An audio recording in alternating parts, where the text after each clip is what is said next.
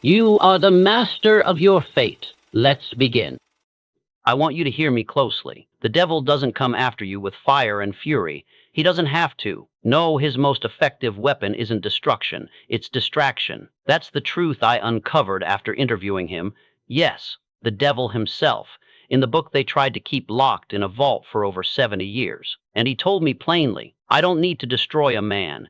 I just need to distract him long enough that he never discovers who he really is. Let that sink in. See, destruction is loud and rare, but drifting is quiet, common, comfortable. It feels like scrolling, like binge watching, like procrastinating, like doing a little less than you promised yourself, like telling yourself you'll start tomorrow. The devil doesn't have to ruin your life. He just needs to keep you busy without progress, tired without purpose, alive without living. He said it straight to me. I control 98 out of every 100 people because they've never taken possession of their own mind. Not because they're evil, not because they're broken, but because they've become passive, drifting through days, through jobs, through relationships, through years without direction, without decision, without dominion over their own thoughts. Let me tell you what drifting looks like in real life. It's a man with talent who never finishes what he starts. It's a woman with fire in her soul who keeps waiting for the right time. It's the youth who could change the world,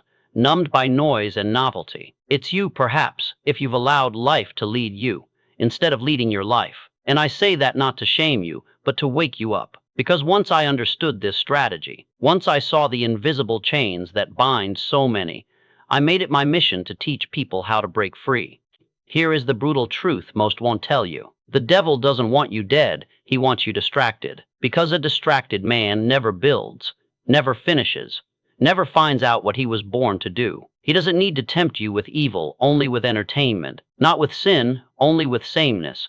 Not with fear, just with comfort. And comfort, my friend, is the silent coffin of greatness. So the question becomes, are you drifting right now? Are you scrolling through your days like a leaf on the wind? Are you filling your time but emptying your potential? Because this is how it happens. Not in some moment of explosive failure, but in the small daily decisions to surrender your power, your purpose, your mind, one click, one excuse, one delay at a time. And unless you wake up, unless you take command, you'll blink and find yourself a mile off course, wondering how you got so far from who you meant to be. That's the devil's real strategy, not to destroy you, just to make you too distracted to notice that you're not living, only existing. But I've got news for you. This isn't the end of your story. It's the beginning, if you choose to reclaim the pen. Let me define something for you, not with theory, but with truth I pulled straight from the devil's mouth. Drifting is when you let life happen to you, instead of happening through you. It's when you move without a plan, think without clarity, work without purpose. It's when you live each day reacting, rather than commanding. It's the moment your thoughts become passive, and your mind becomes real estate for every distraction, doubt, or delay the world throws your way. Now listen carefully. Drifting doesn't mean doing nothing. In fact, many drifters are busy, always busy, but they're busy going in circles. They work jobs they hate to buy things they don't need. They scroll for hours, then say they didn't have time. They say someday.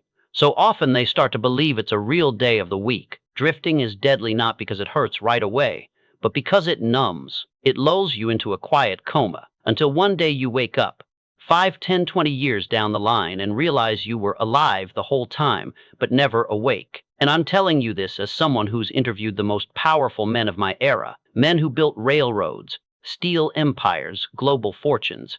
And you know what I found? Every one of them had one thing in common. They decided what they wanted. They decided who they were. And they refused to live one more day without direction, because they knew what the devil knows. A drifting man is not a threat.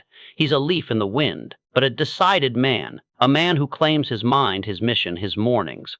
That man shakes the world. So let me ask you plainly, do you know where your life is headed? Can you say with clarity, this is who I am, this is where I'm going, and this is what I will not tolerate any longer? Because if you can't, then the devil's already got a foot in your mind. But here's the power you must remember. You can undrift yourself in a moment. One decision, one deep act of ownership, one declaration that my life is mine again starting now. And I'll tell you what makes drifting so dangerous. You don't feel the chains. You don't hear the alarm. It's not a siren that wakes you up. It's a lullaby that rocks you to sleep, but you've been asleep long enough. Now is the time to stand up in the middle of your drifting days and say, "No more, I'm not a passenger in my own life. I'm the pilot, I choose the course. I decide what stays and what goes. I command this ship." Because the devil doesn't fear the man who's perfect. He fears the man who wakes up and decides to stop drifting. And that man might be you. Let me tell you something the world hopes you never figure out. Distraction is big business. Billions are made each year keeping your eyes busy, your mind scattered, and your soul numb. You think the devil shows up with horns and fire. No, he shows up on your phone screen, in your endless notifications, in that dopamine hit you get when someone likes your post, but not your purpose. We used to call it idle time. Now they call it engagement. You're being trained daily to trade your dreams for entertainment, to swap your silence for scrolling, to waste your power on opinions that don't matter and people you'll never meet. You're not lazy, you're overstimulated. Your brain is overloaded with noise that feels urgent but changes nothing. You check your phone before your feet touch the floor in the morning and wonder why your mind feels restless before your body's even stood up. But listen to me. The greatest threat to your future isn't failure, it's distraction. You don't need more time, you need less noise. Now let me show you the trick of the world. The real enemy of focus isn't just the noise you invite, but the silence you avoid. You've been trained to avoid stillness because in silence, you start to hear the truth. You hear the voice that says, "I'm not where I want to be." You hear the whisper, "There's more in me than what I'm living." And that kind of awareness, that's dangerous to the world, because a man who becomes self-aware is a man the world can no longer control. So they drown you in noise. They tell you just relax, chill, you've got time. Meanwhile, your life is dripping away in tiny distractions. Let me give it to you plainly. Every distraction is a tiny theft of your future. You don't need to be everywhere. You don't need to see everything. You need to own your mind. And the first step is to identify the enemies of your focus. 1. Social media without purpose. 2. News designed to trigger, not inform. 3. Endless multitasking, splitting your attention 10 ways and owning none. 4. Toxic conversations with people who don't want solutions, just sympathy. All of it keeps your power diluted. All of it keeps you drifting. And here's the brutal truth. If you don't protect your focus, someone else will profit from your attention. But you can take it back today, right now. Cut the noise, kill the tabs, turn off the autoplay. Say no to the content that makes you feel busy, but keeps you broke mentally, emotionally, and spiritually. Because while you were being distracted, your dream was waiting. And while you were being entertained, your future was being delayed. You must become unavailable to the nonsense that drains you. And once you do, once you unplug from the matrix of distraction and plug into the quiet urgency of your own purpose, you'll hear something the world was trying to drown out. Your calling. And when you hear that, you'll stop drifting. You want to know when everything starts to change. Not when you wish, not when you wait, not even when you pray. Everything changes when you decide. I'm not talking about a casual choice, not a maybe I'll try decision. I'm talking about a line in the sand, nothing will stop me decision. The kind of decision that makes the devil nervous and the dreams start running toward you. I call this definiteness of purpose. And let me say it clearly. If your life feels scattered, if your energy is weak, if your mind is confused, it's because your decisions are soft. You haven't made up your mind about who you are and what you're here to do. You see, the drifting man wakes up hoping life will get better. The decisive man wakes up and makes it better. He does not wait for motivation. He acts from commitment. He doesn't ask, "What do I feel like doing?" He declares, "Here's what I will do no matter how I feel." Let me tell you what that kind of resolve does. It gives your mind direction. It gives your will armor. It gives your purpose fuel. Do you know why so many people never break through? Because they live in limbo. They've got one foot in their dream, one foot in their distractions. They're trying to keep their comfort and their calling in the same pocket, and it doesn't work like that. The world doesn't bend for the uncertain. Life bends to the will of the man who says, "This is who I am. This is what I will build. This is where I am going." When you make that decision, something incredible happens. Your brain stops arguing with you. It stops questioning, should I work out today? Should I reach out to that client? Should I write that chapter? The answer becomes automatic. Yes, because this is who I am now. It is not the strongest man who wins. It is the clearest, because clarity creates motion. And motion, sustained over time, becomes momentum. You don't need a perfect plan. You need a real decision. One decision made in absolute clarity is more powerful than 100 half-hearted efforts. So ask yourself right now, what will I no longer tolerate? What will I absolutely commit to? What identity will I refuse to break, even when it's hard? You answer that with conviction, and I'll show you a man who can't be stopped. Success, my friend,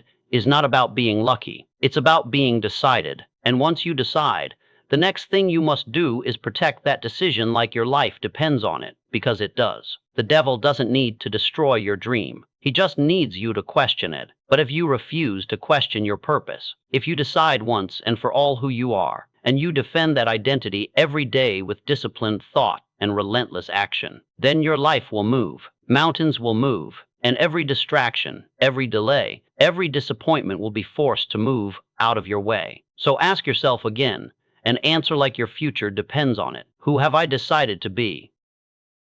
Now, let's speak plainly about something most men avoid. Discipline. It is not glamorous. It is not popular. It is not easy, but it is the difference between the man who talks about his future and the man who builds it. Understand this. Discipline is freedom. The man who masters himself becomes unstoppable. The man who doesn't becomes enslaved by emotion, impulse, and excuses. Every dream you've got depends on your ability to do what needs to be done, especially when you don't feel like it. I want you to burn this into your mind. Emotion is a passenger. Discipline is the driver. When you live by emotion, you become unreliable to your own future. One bad mood can ruin a month. One hard day can knock you off your course. But when you live by discipline, you become bulletproof.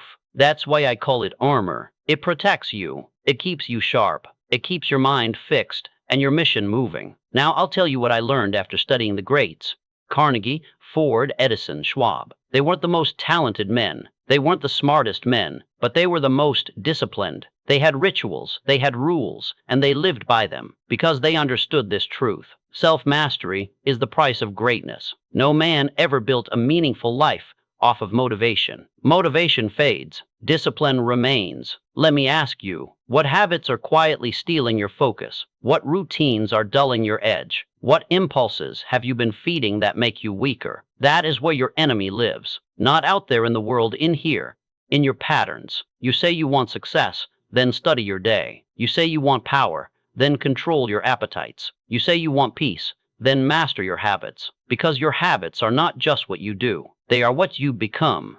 A distracted man becomes forgettable. A reactive man becomes exhausted. But a disciplined man becomes legendary. Now here's the best part. Discipline is not about punishment. It's about alignment. It means your actions agree with your values. It means you honor your purpose with your choices. You say, I don't feel like doing it. Good, that's where discipline starts. The moment you push through that resistance, you gain strength. Every time you conquer your lesser self, your true self steps forward. And that's when people notice. That's when doors open. That's when you open to the man you were born to be. So let me give you a rule I lived by, and one I taught every man who asked me for the key to mastery. Do it whether you feel like it or not. Do it until you do feel like it. Then do it anyway. Why? Because consistency beats intensity. Because rituals build resilience. Because the devil doesn't fear your talent. He fears your discipline.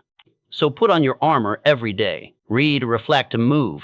Focus. Say no to what weakens you. Say yes to what sharpens you. That is how you protect your purpose. That is how you protect your power. And that is how you become the kind of man the world cannot ignore.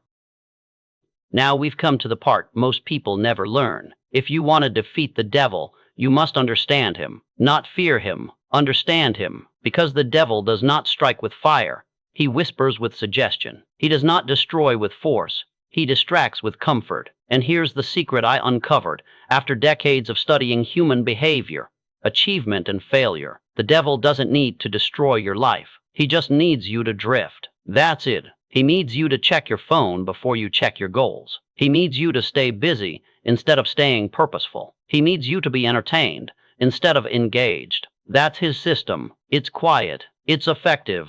And it has claimed more futures than famine or war. But here's what the devil fears most. A man who decides. A man who says, I will not waste my life on lesser things. I will not let time manage me. I will command it. I will not scroll through life. I will build it. He fears the man who is awake, alert, alive with purpose, because that kind of man can't be bought with comfort. He can't be steered with fear, and he damn sure can't be distracted by nonsense. I've seen this play out over and over. The man who chooses definiteness of purpose becomes immune to the devil's lies, because purpose is a shield. It filters what doesn't belong. It gives your days direction. It gives your decisions weight. You no longer ask, should I do this? You ask, does this serve my mission? And if it doesn't, you cut it. You see, the devil thrives in the fog. So if you want to beat him, you shine your light. Light of focus, light of clarity, light of self-respect. Because let me remind you, a distracted mind is a controlled mind, but a focused mind is a free mind, and no man can truly be free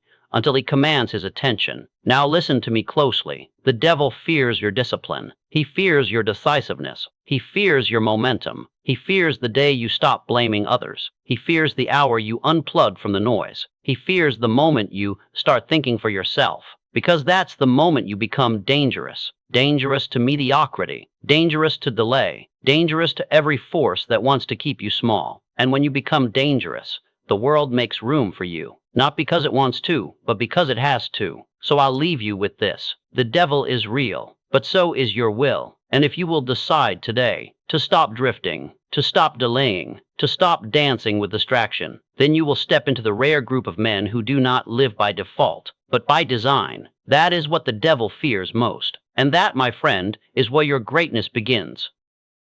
So now we arrive at the crossroads. You've heard the warnings. You've seen the traps. You know the devil doesn't need to chain your hands.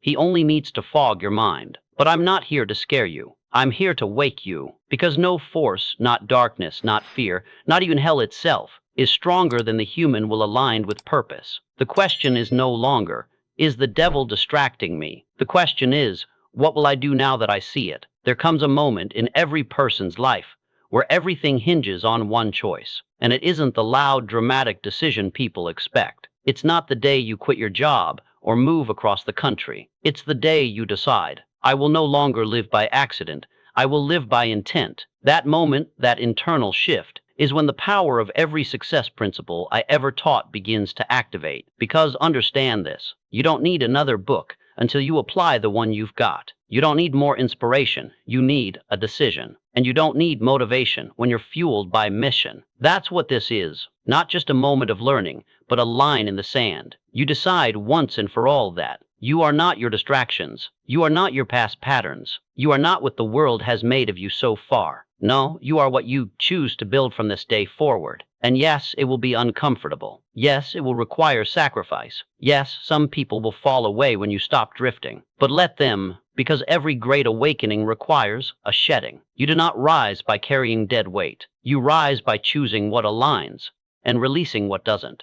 Here is the formula, my friend. Definiteness of purpose, backed by faith, strengthened with discipline, protected by focus, and activated by a single, bold, unshakable decision. If you do that, the devil won't have a foothold. He can shout, but he won't shake you. He can whisper, but he won't sway you. He can tempt, but he can't touch a soul that's on fire with purpose. So I ask you plainly, will you decide? Not next month, not tomorrow, now. Will you decide to guard your mind like your life depends on it? Because it does. Will you decide to live by principle, not pressure? By clarity, not chaos? By focus, not fear? Because the second you do, everything changes. Not because your problems vanish, but because you show up different. And when you change, everything responds. The fog clears, the doors open, the distractions lose their grip, and the devil himself steps aside, not because you're perfect, but because you're decided. So say it with me right now out loud. I will not drift, I will decide. My mind is mine, my time is mine, and my future is mine to build. That, my friend,